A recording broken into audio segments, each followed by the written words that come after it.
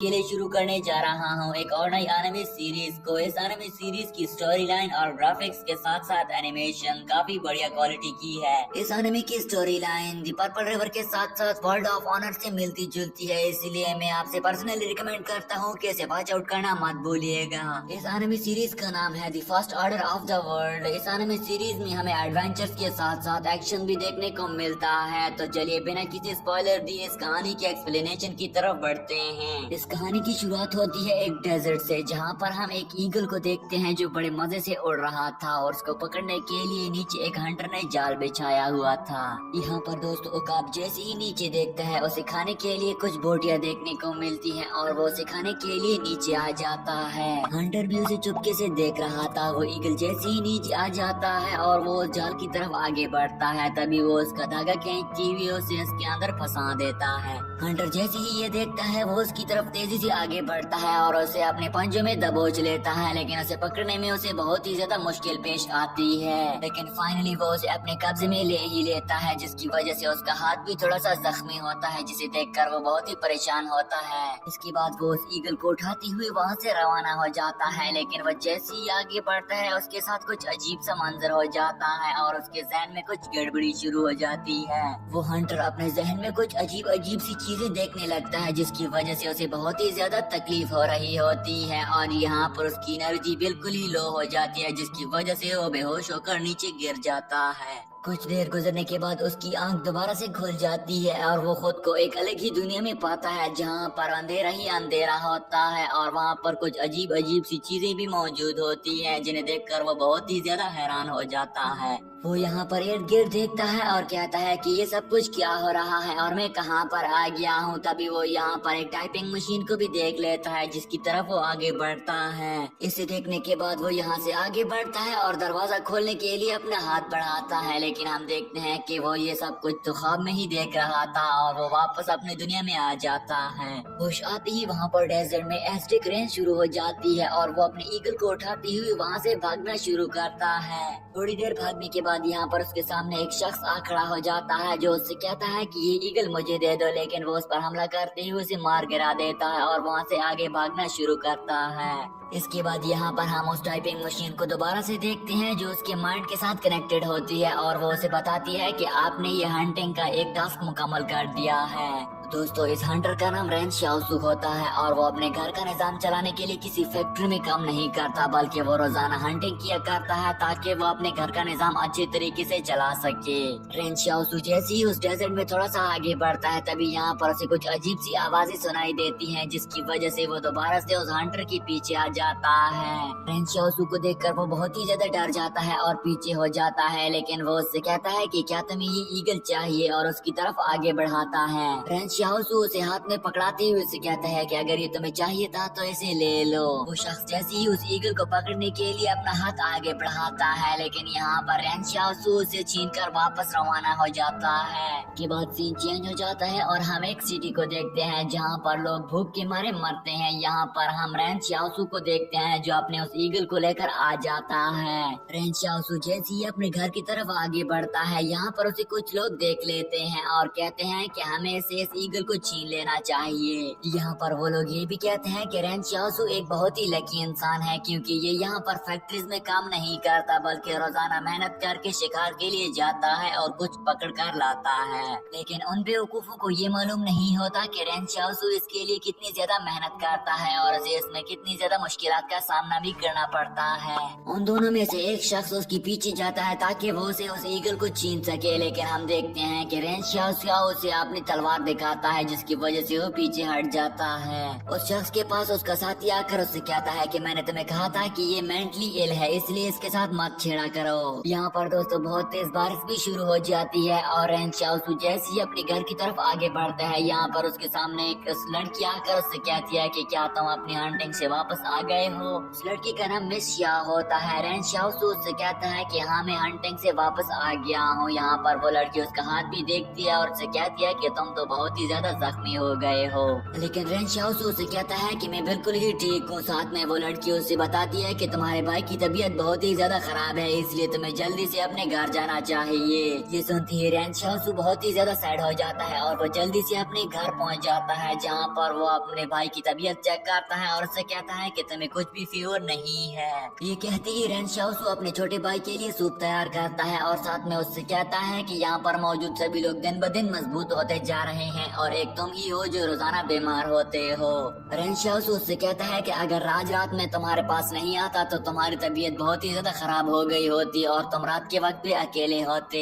इसलिए मैं चाहता हूँ कि मैं आपके लिए किसी लड़की को ढूंढ लूँ जो कि आपका रात के वक्त में ख्याल रख सके, क्योंकि मेरा कुछ भी आता पता नहीं होता कि मैं हंटिंग से किस वक्त वापस आ जाऊँ और कभी कभी वापस भी नहीं आता।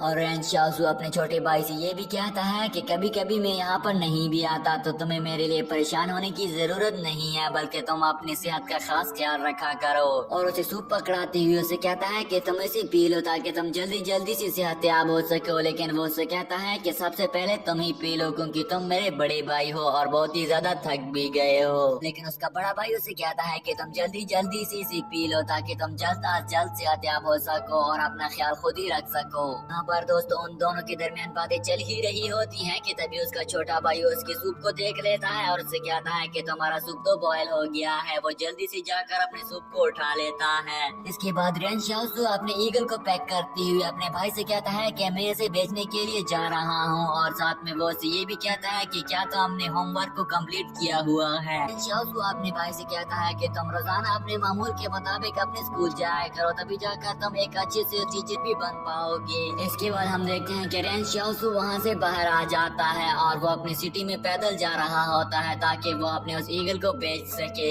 यहाँ पर वो रास्ते में बहुत कुछ देखता है। कुछ लोग वहाँ पर स्कूल से भाग रहे होते हैं और साथ में कुछ डॉक्टर्स लोगों का इलाज भी नहीं कर रहे होते, जिसकी वजह से वो लोग बहुत ही जलील होते हैं। इसके बाद हम देखते हैं कि रेन शाओसू वहाँ पर अपने ईगल को बेचने के लिए शॉप पर पहुँच जाता है और अपने ईगल को उनके सामने पेश करता है। वो शॉप ऑनर उसका वेट चेक करता है और उसे बताता है कि आज का ये ईगल तो बहुत ही वजनी था और उसकी कीमत 200 यान हो गई है। इसके बाद यहाँ पर वो दोनों उसकी कीमत पर नहीं बन पा रहे होते और वो शॉप ऑनर उससे कहता है कि मैं तुम्हें इसे इतनी प्राइस पर लूंगा, लेकिन रेन शाओसू से कहता है कि मैं तुम्हें इतनी कीमत पर नहीं देना चाहता हूँ। उन दोनों के दरमियान ये बातचीत काफी देर तक चल ही रही होती है कि तभी रेन शाओसू अपने ईगल को उठाती हुई वहाँ से रवाना हो जाता है, लेकिन वो शॉप ऑनर दोबारा से उसके पीछे चला जाता है। वो उसे कहता है कि मैं अपने मालिक से बात करता हूँ ताकि वो इस ईगल को आपसे अच्छी कीमत पर खरीद सके। यहाँ पर रेन शाओसू से कहता है कि मैं आपको इसे इतनी कीमत पर देता हूँ और वो उसे बहुत ही ज्यादा कीमत बता रहा था।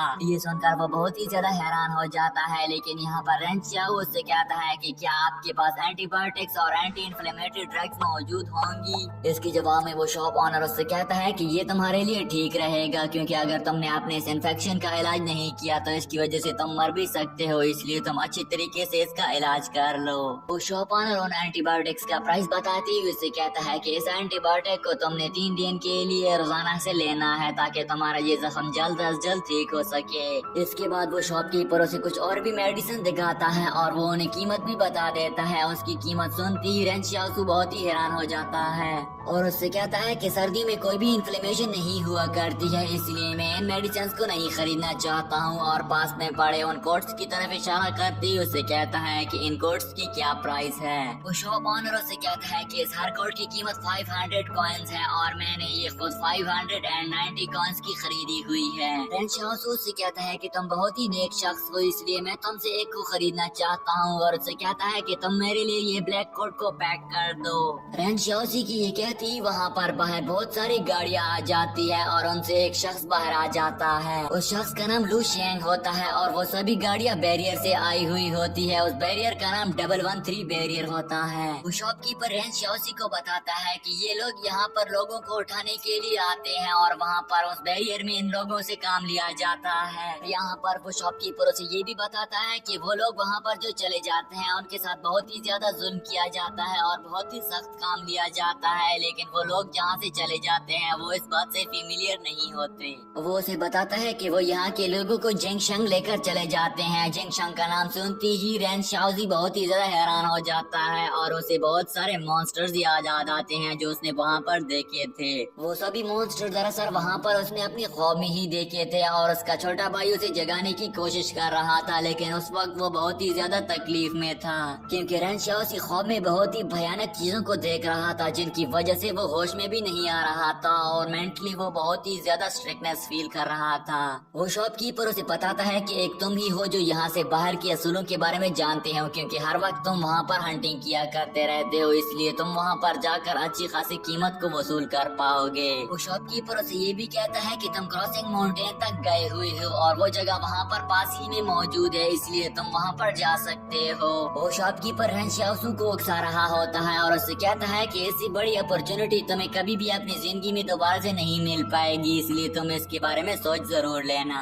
और अगर तुम एक बार वहाँ पर चले गए तो तुम्हारी जिंदगी बहुत ही चेंज हो जाएगी और तुम ही उन लोगों की तरह गाड़ियों में रहा करोगे। और वो शख्स उसे बहुत ही उकसाने की कोशिश करता है लेकिन वो उसके साथ नहीं मानता और उसे कहता है कि मैं वहाँ पर नहीं जाने वाला हूँ और उसे कहता है कि तुम मेरी अपनी ईगल की मनी मुझे दे दो ताकि मैं यहाँ से जा सकूँ। और हम देखते हैं कि वो वहाँ से रवाना हो जाता है।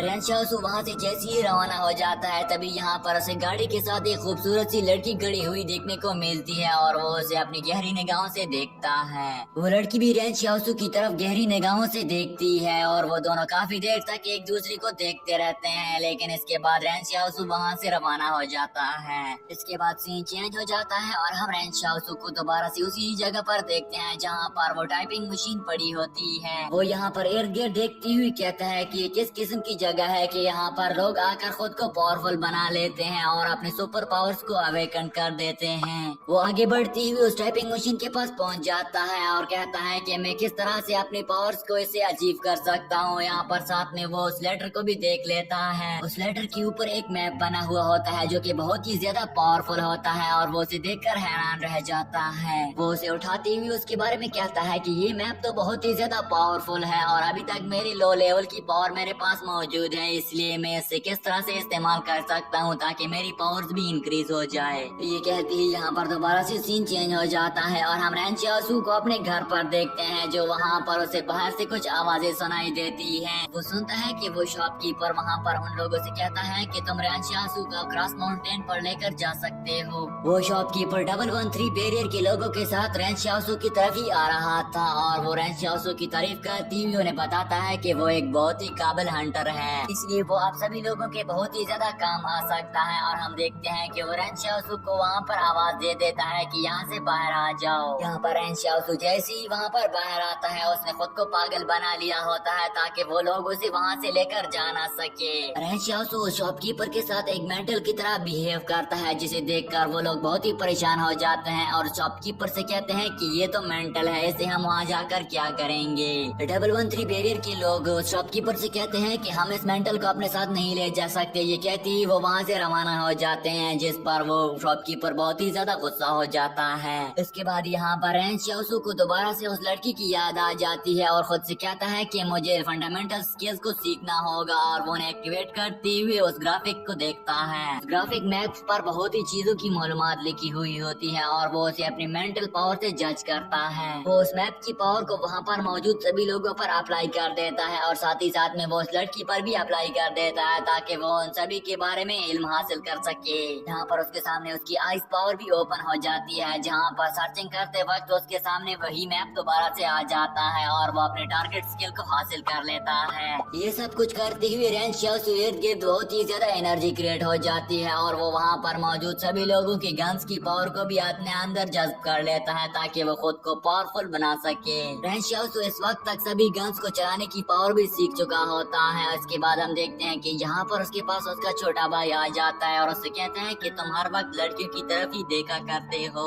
उसके जवाब में उसका भाई उसे मुक्का मारने ही वाला होता है लेकिन वो उसे रोकते हुए अंदर दाखिल हो जाता है और उसके पीछे उसका भाई भी दाखिल हो जाता है। उसका भाई जैसे ही अंदर दाखिल होता है वो नीचे जमीन पर कुछ चीजों को देखता है और अपने भाई से कहता है कि ये सब कुछ क्या है। रेन शाओसू जैसे ही उन्हें देखने लगता है उसके अंदर कुछ गोलियां मौजूद होती हैं जो उस लड़की ने भिजवाई होती हैं ताकि वो अपना इलाज कर सके और जल्द अज जल्द अपने हाथ को शिफा हिफाजत कर सके। ये सब कुछ देखकर उसका छोटा भाई उसे कहता है कि ये लड़की तो आपकी बहुत ही ज्यादा ख्याल रखती है। इसके बाद वो दोनों भाई बैठ जाते हैं। यहाँ पर उसका छोटा भाई उसे याद दिलाता है कि क्या आपको याद है कि 1 साल पहले आपने वॉल्फ का गोश्त खा लिया था, जिसकी वजह से आपकी तबीयत बहुत ही ज्यादा खराब हो गई थी और आपको बहुत ही सख्त बुखार हो गया था, और उस वक्त मुझे किसी ने यही 3 गोलियां दी थी, जिसकी वजह से आपकी तबीयत बहुत ही जल्द ठीक हो गई थी और आप सेहतयाब हो गए थे। इसलिए अब भी ये गोलियां आप पर असर अच्छी तरीके से कर सकते हैं, इसलिए इन्हें खा लो। ये कहती ही रेन शाओसू को वहाँ पर बाहर से कुछ अजीब सी आवाज आ जाती है और वो उसे देखने के लिए बाहर आ जाता है। रेन शाओसू देखता है कि बाहर एक शख्स एक लड़की को छेड़ रहा होता है। वो देखता है कि वो शख्स तो वही होता है जिसने उससे ईगल छीनने की कोशिश की थी। वो शख्स उस लड़की को बहुत ही ज्यादा टॉर्चर करता है और उसका हाथ पकड़ते हुए उसे कहता है कि मैं तुम्हें अपने साथ ही लेकर जाऊंगा, लेकिन वो लड़की उसके साथ नहीं मानती। इसके जवाब में वो उसे एक मुक्का मारते हुए उसे नीचे गिरा देता है और उसके फादर भी उसे देखकर बहुत ही ज्यादा हैरान हो जाते हैं, लेकिन वो कुछ भी नहीं कर पाते। वो शख्स उस लड़की को अपने साथ घसीटती हुई लेकर जाना शुरू करता है, लेकिन हम देखते हैं कि यहाँ पर रेन शाओसू भी आ जाता है और उस शख्स के साथ फाइटिंग शुरू करता है। रेन शाओसू आती ही उसे एक जोरदार मुक्का मार देता है और यहाँ पर उन दोनों के दरमियान एक जबरदस्ती फाइटिंग शुरू हो जाती है। वो शख्स जैसे ही रेन शाओसू पर अपनी तलवार का इस्तेमाल करती हुई उस पर हमला करता है, यहाँ पर रेन शाओसू उसे रोकते हुए उन दोनों की तलवारें टूट जाती हैं। इसके बाद यहाँ पर रेन शाओसू उसे एक जोरदार मुक्का मारते हुए उसके बाजू को टूट देता है और साथ में उसके गर्दन को भी तोड़ देता है, जिसकी वजह से वो शख्स ढेर रह जाता है और नीचे गिर जाता है। रेन शाओसू उस शख्स को मारने के लिए अपनी टूटी हुई तलवार को उठाता है और वो उसे जैसे ही मारने वाला होता है तभी यहाँ पर उसके सिस्टम से पीछे से जवाब आ जाता है कि इसकी वजह से वो तुम्हारा दुश्मन बन जाएगा, इसलिए ऐसा मत करो। लेकिन यहाँ पर रेन शाओसू रुकने वाला नहीं होता और वो उसकी पाँव पर ठोक देता है, जिसकी वजह से उस शख्स को बहुत ही ज्यादा तकलीफ होती है। रेन शाओसू से कहता है कि अगर तुमने इसे कुछ ही देर बाद नहीं निकाला तो इससे तुम्हारी जान भी जा सकती है, और हम देखते हैं कि वो दोबारा से अपने उस मिशन को देखता है जहाँ पर उसे मालूम हो जाता है कि मैंने इस मिशन को भी कंप्लीट कर दिया है। रेन शाओसू वापस जाते हुए उस लड़की से कहता है कि अगर कहीं दोबारा तुम्हें मेरी हेल्प की जरूरत हो तो तुम मुझे पुकार सकते हो। इसके जवाब में वो लड़की उसे भाई पुकार देती है और वो ये देख कर रेन शाओसू और उसका छोटा भाई हैरान हो जाते हैं। ये सुनती हुई उन दोनों को कुछ अच्छा नहीं लगता। इसी के साथ ही दोस्तों ये पार्ट यहीं पर एंड हो जाता है। मुझे उम्मीद है कि आपको इस एनिमे सीरीज का फर्स्ट एपिसोड अच्छा लगा होगा। दोस्तों ये एनिमे सीरीज आगे जाकर बहुत ही इंटरेस्टिंग होने वाली है, क्योंकि इसमें हमें रिसेंटली टाइम्स के मुताबिक फाइटिंग और एक्शन के साथ साथ वेपन्स का इस्तेमाल देखने को मिलेगा, इसलिए इसे वॉच आउट करना मत भूलिएगा और साथ में हमारे चैनल को भी सब्सक्राइब कर दे ताकि आने वाली इस एनिमे सीरीज की नई एपिसोड आप तक टाइम पर पहुंच सके, और बेल आइकन को भी दबा देना। तब तक के लिए अल्लाह हाफिज।